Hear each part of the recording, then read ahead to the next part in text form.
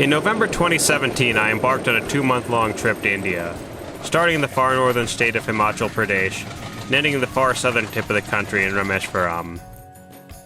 I had planned to continue back up India's eastern coast, but first I needed to leave the country as I was nearing the end of my first 60-day visa. I decided I would take a short flight from the South Indian city of Trichy to Sri Lanka, where I would apply for another visa, then after a week return to India. So on the last day of 2017, I landed in Colombo with really no idea what to expect. Almost immediately, however, I fell in love with this amazing country. The beautiful and varied landscapes, the friendly people, and not least the fantastic rail system. Like India, the country has an extensive rail system built during the British colonial period that stretches to all the far corners of the country. However, unlike in India where the railways have been determined to wipe out all the remnants of its colonial past, here many of the traditions put in place by the British are still alive and well. Traveling on the Sri Lankan Railways was like stepping foot into a 1930s English storybook, where the lines are dotted with small picturesque stations, staffed by friendly station masters, and the trains are controlled by the traditional methods of tokens and semaphore signals.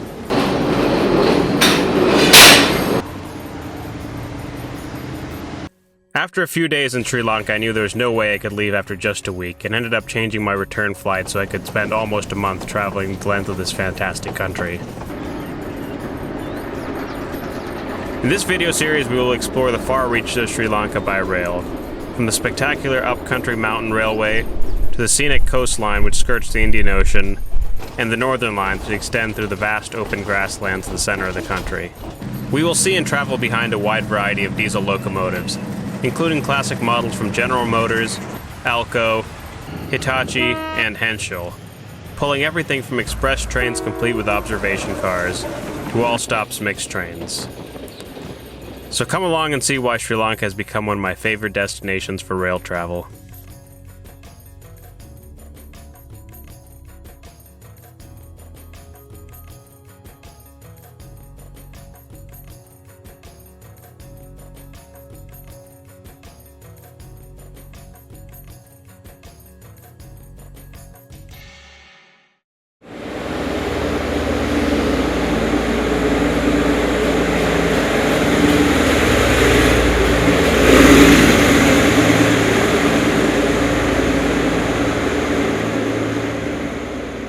Our journey begins at the Colombo Fort railway station.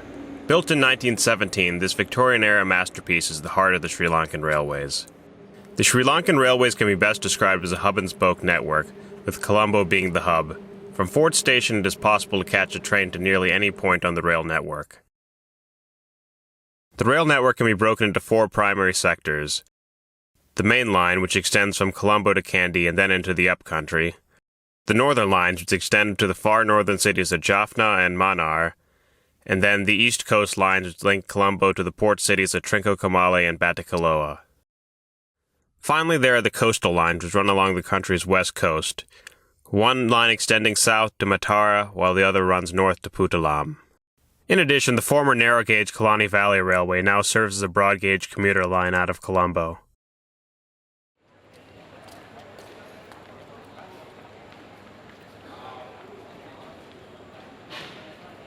It's 7 o'clock at night and the evening commuter rush has finally ended, and the station is now the domain of the night mail trains.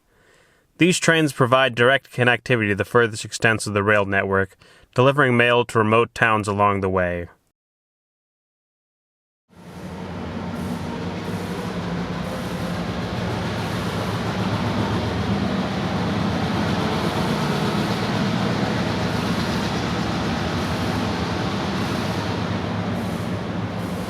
The Badula night mail has just arrived from the staging yard in Maradana, and the M6 class diesel locomotive runs around its train for the overnight trip east to Badula. As the locomotive backs down to the train, a small crowd of curious passengers is gathered to watch the coupling process.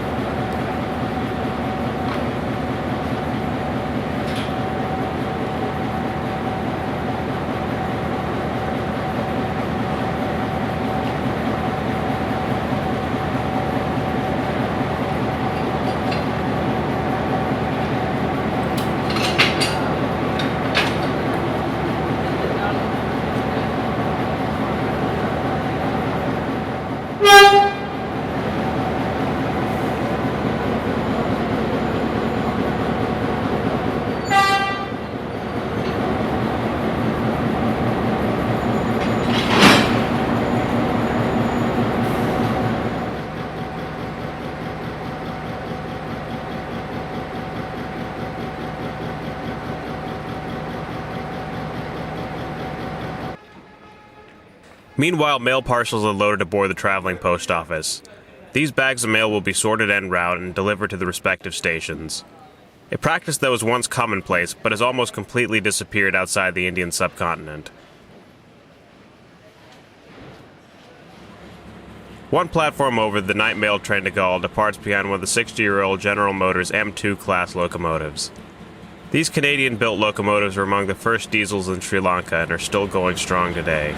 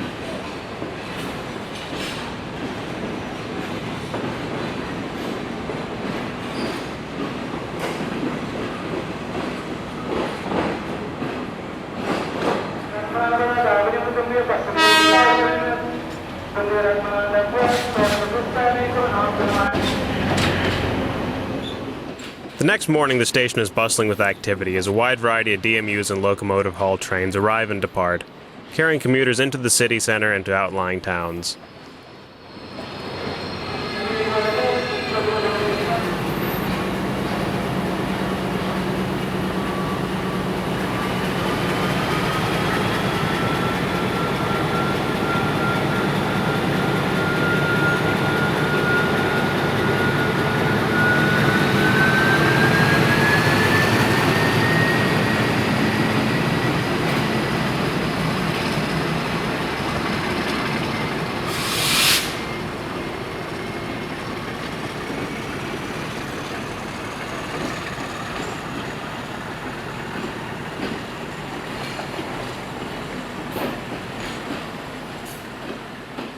Today we will be traveling the oldest rail line in Sri Lanka, now simply known as mainline.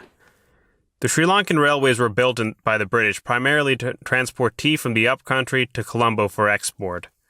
The first line opened in 1864 from Colombo to Ambepusa, and in 1867 was extended to Kandy, the destination of today's journey. On the station's stub-ended platforms, we see M6 number 784 getting ready to haul the prestigious Kandy Intercity. This train is the fastest way between Colombo and Kandy, making only 2 stops en route, and covering the distance in just 2 hours and 30 minutes. We will catch up with the Intercity after a short trip to Gampa on train 4077, the Yal Devi to Jaffna, which follows the same route up to Polgahuela Junction, where the northern line splits from the main line.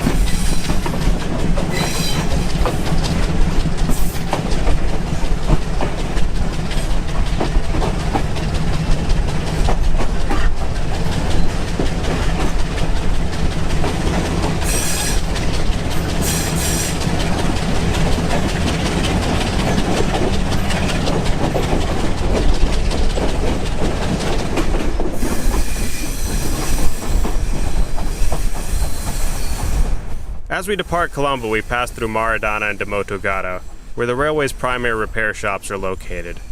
A keen observer can spot all kinds of interesting rail equipment as we pass through the complex track work.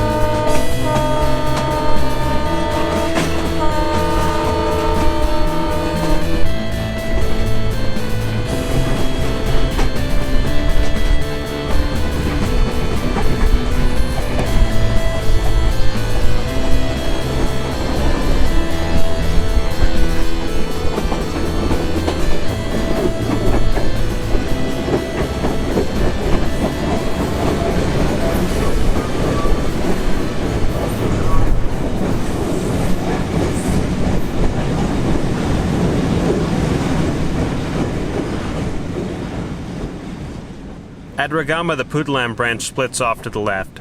This line is heavily used by commuter trains bound for Negombo near Colombo's International Airport.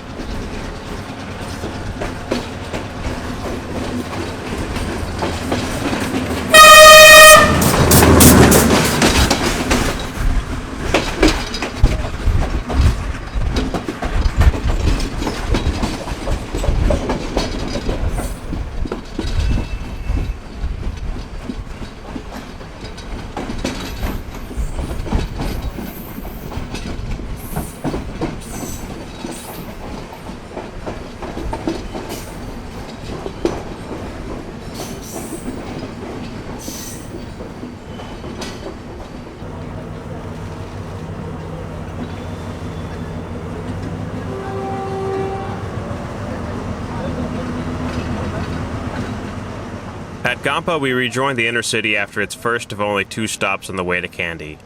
From here, we will run non-stop for 2 hours up to Pernadia Junction, making good time on the double-track main line.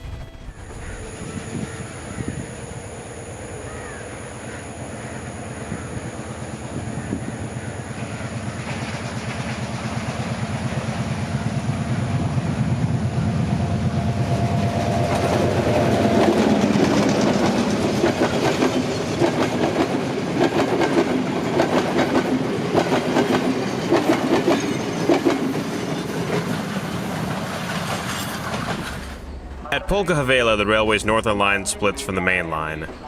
All trains going to Jaffna, Mannar, Trincomalee, and Batticaloa will leave the main line here. Due to the importance of this junction, the station is equipped with 4 platforms and it is common to see simultaneous arrivals from both lines.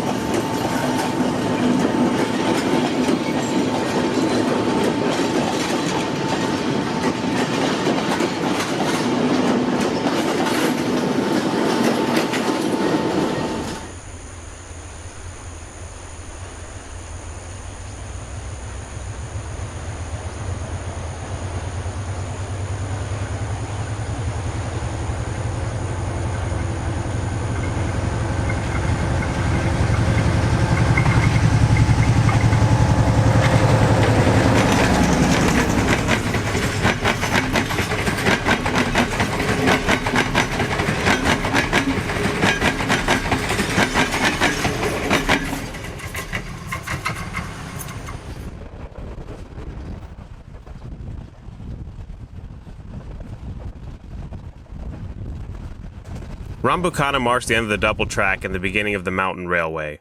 Here the signal system changes from color light to semaphores and the line reverts to traditional token train control. The station is also the end of the Colombo commuter train network, and from here on only locomotive-hauled passenger trains and the long-distance S12 DMUs ply the rails.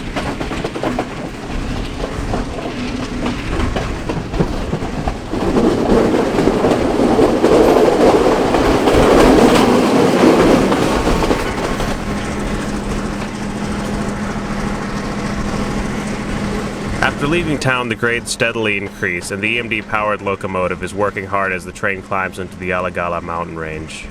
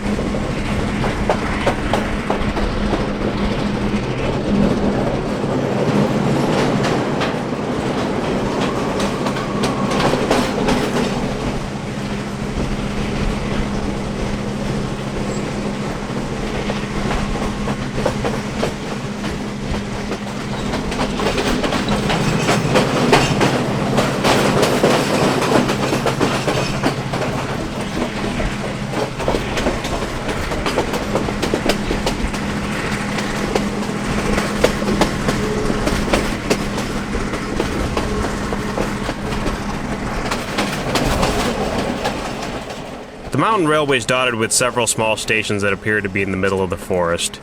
Indeed, today these stations serve primarily as crossing stations where 2 trains can pass. We visit one such station, Karigamua, to see the time-honored tablet system in action.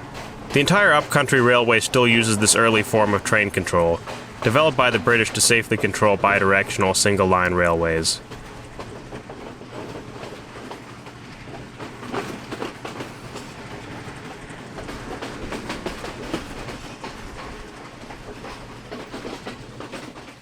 The heart of the tablet system is the Tyre's electric train tablet machine. This device was invented in 1874 to address the problems of controlling trains in single-line segments in the aftermath of a deadly accident. Each crossing station, which is a station with the siding for 2 trains to pass, has 2 tablet machines, one for the line segment on either side of the station. The machines are connected to the other stations by electric cables that run alongside the tracks. The machines are used to issue a metal tablet which is used to convey authority for train movements in the segment of track. Despite the system's age, it is very reliable and safe, and as such it is still used in Sri Lanka instead of more expensive electronic train control. The tablet machines are relatively simple devices with only two inputs. The first is the bell plunger, which is used to send a signal to the other station. The other is the switch plunger, which is used to unlock the tablet drawer. We will now see how the tablet system works to safely control the segment track between Rambukana and Allagala, with the intermediate crossing station at Kandy. As an up train approaches Rambukana, the station master presses the bell plunger 4 times to request permission from the operator at Kandy to use the section of track between the two stations. If the line is clear, the station master at Kandy presses his bell plunger 4 times in response.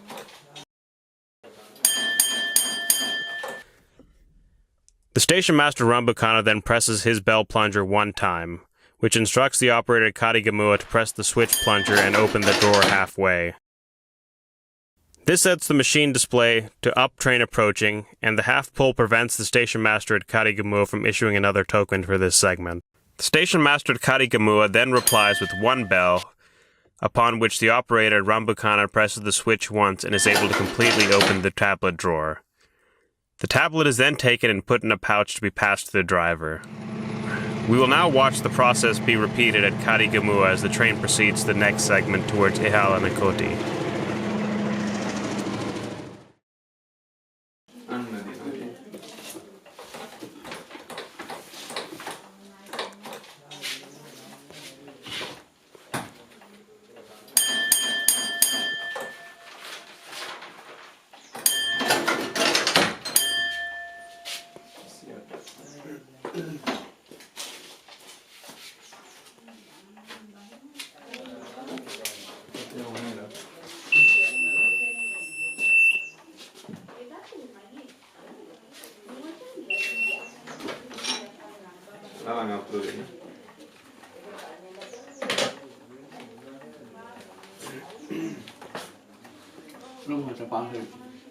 With all preparations for the train's arrival made, the station master tends to the few passengers waiting for the train at this remote station.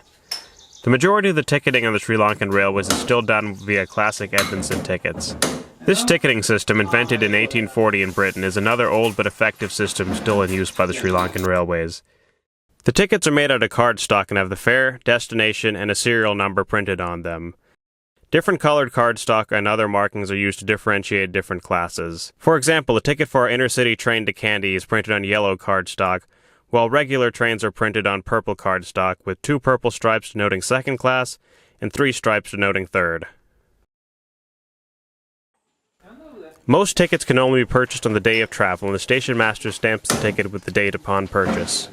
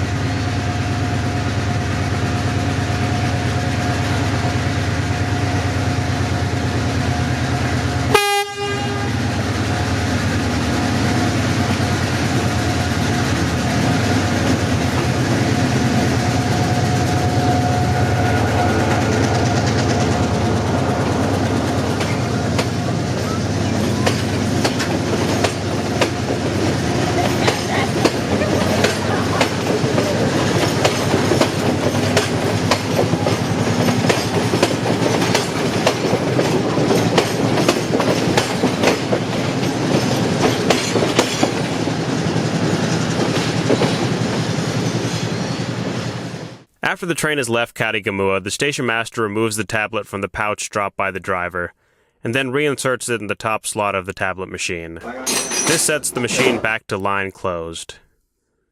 He then presses the bell plunger 3 times, holding on the final push to alert the operator in Rambukkana that the train is clear of the segment.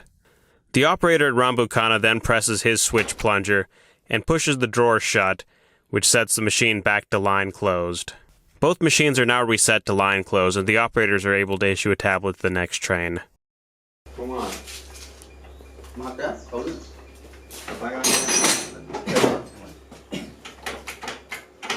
Hello?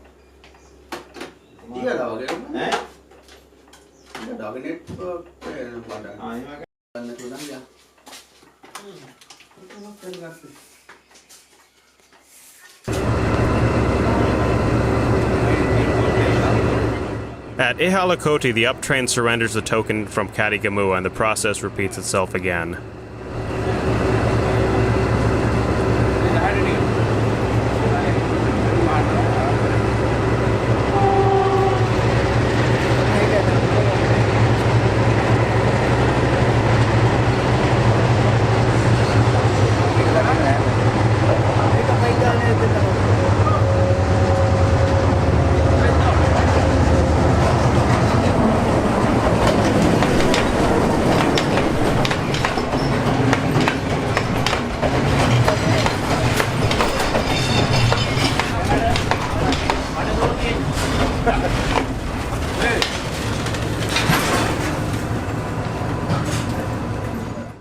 The line passes through many tunnels on the journey to Kandy, the most famous being Lion's Mouth. The spot gets its name from the overhanging rock formation just outside the tunnel that looks, as the name suggests, like the open mouth of a lion.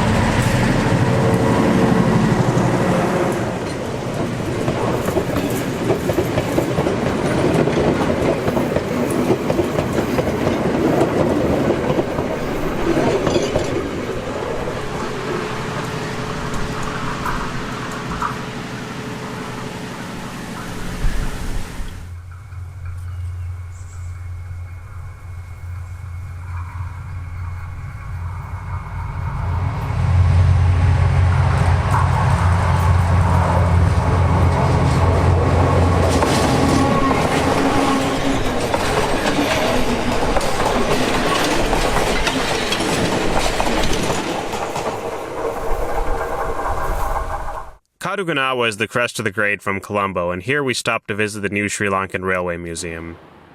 The museum opened in 2014 and has many locomotives and cars on display, as well as interactive exhibits including a working set of token machines that the visitor can operate.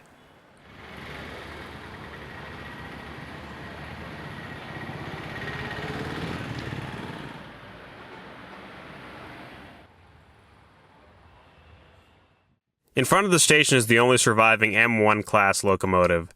These locomotives were the first mainline diesels imported to Sri Lanka and were built in 1953 by Brush Traction in England for use on the steep upcountry lines. Work is currently underway to restore this locomotive to service.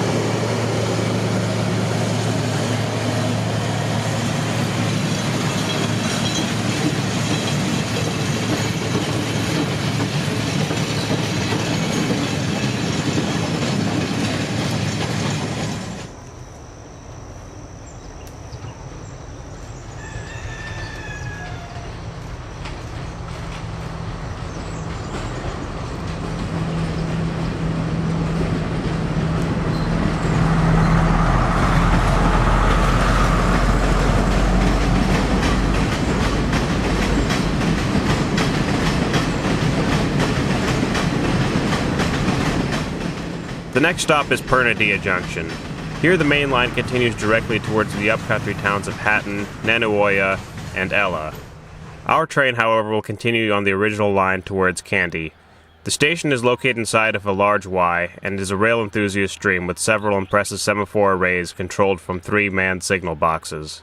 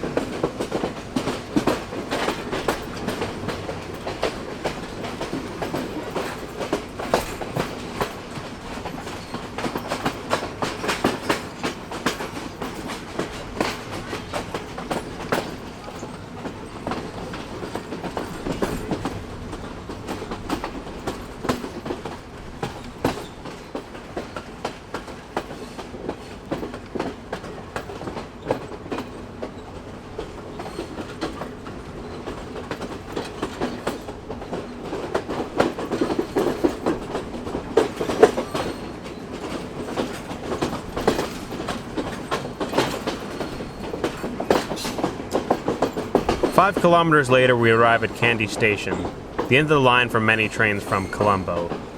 Immediately after our arrival, the train is shunted away by a Y-class Hunslet locomotive.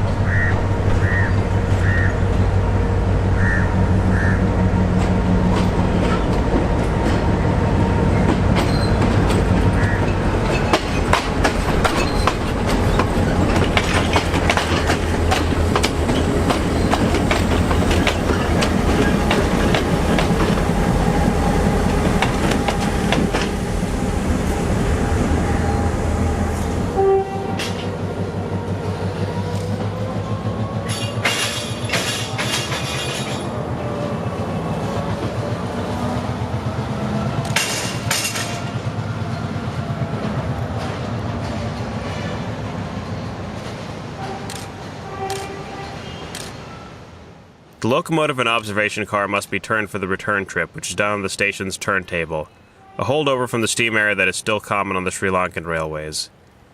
The turntable is still operated by manpower, so balancing the locomotive properly is essential.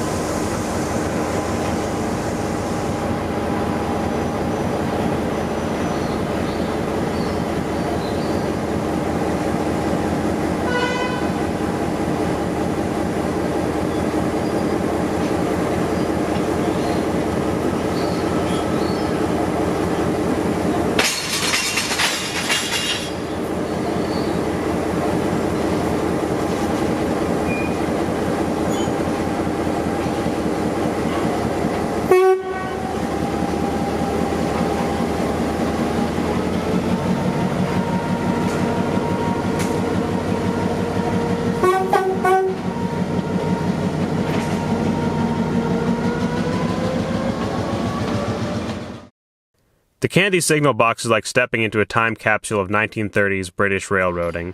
Inside, two signalers control all train movement in and out of the busy station using Armstrong levers.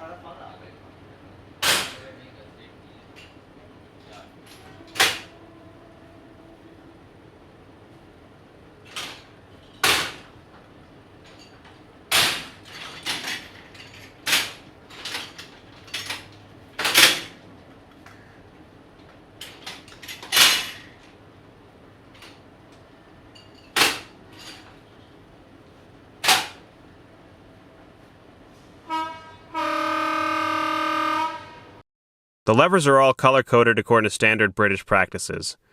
The black levers control the switch points and are operated through steel linkages. The blue levers control the facing point switch locks, which are required for additional safety to prevent trains from splitting the switch, which would result in a derailment. Finally, the red levers control the home-end shunt signals through metal cables. Each lever is numbered and its purpose can be seen on the corresponding diagram in the signal box.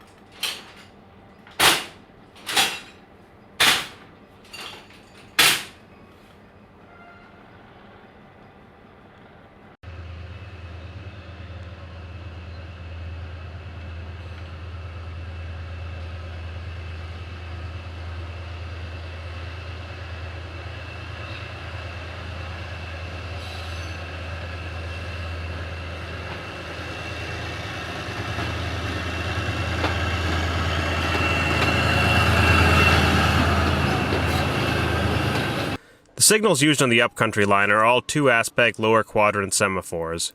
The semaphore blade swings downward to indicate a clear route for an inbound light engine move. At night, bulbs will illuminate the red and green lenses to aid visibility for the driver.